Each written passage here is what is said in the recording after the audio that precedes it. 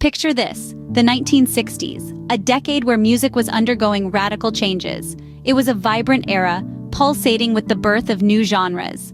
Rock and roll was rolling into town, soul was touching hearts, and the British invasion was taking America by storm. The musical landscape was a whirlwind of experimentation, innovation, and revolution. This was no ordinary time, it was a renaissance.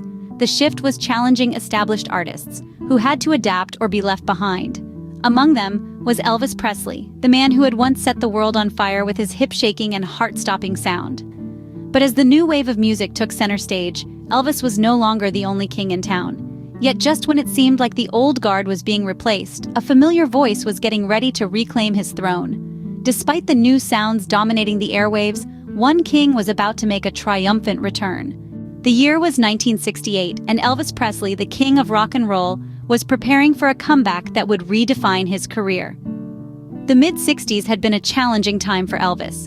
His musical career had hit a slump, with movie soundtracks replacing the raw, powerful rock and roll that had made him famous. As the British invasion led by the Beatles swept America, Elvis felt the sting of being left behind. But the king was not ready to abdicate his throne just yet. In a bold move, he decided to return to his roots: live performances.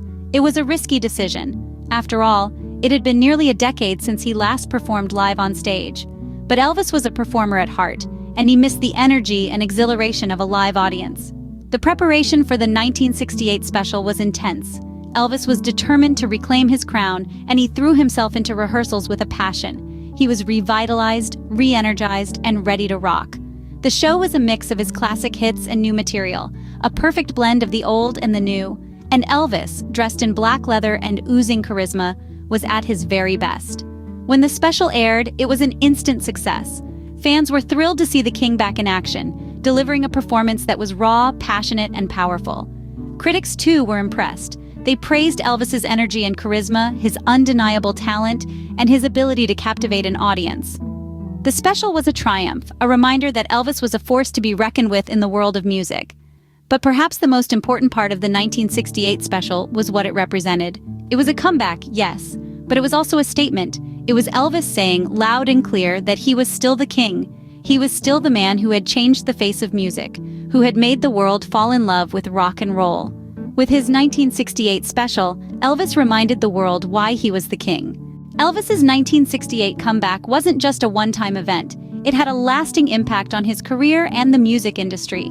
This pivotal moment sparked a resurgence in Elvis's career, catapulting him back into the spotlight and ushering in a new era of creativity and success. His raw and stripped-back performance was a reminder of his innate talent, rekindling his connection with his fans while attracting a new generation of admirers. But the impact of Elvis's comeback extended beyond his own career. It set a benchmark for future artists, demonstrating the power of authenticity and the value of reconnecting with one's roots. It also redefined the concept of a comeback in the music industry, showing that it could be a transformative experience, not just a return to former glory. Elvis's comeback was more than a return to form. It was a reaffirmation of his place in music history.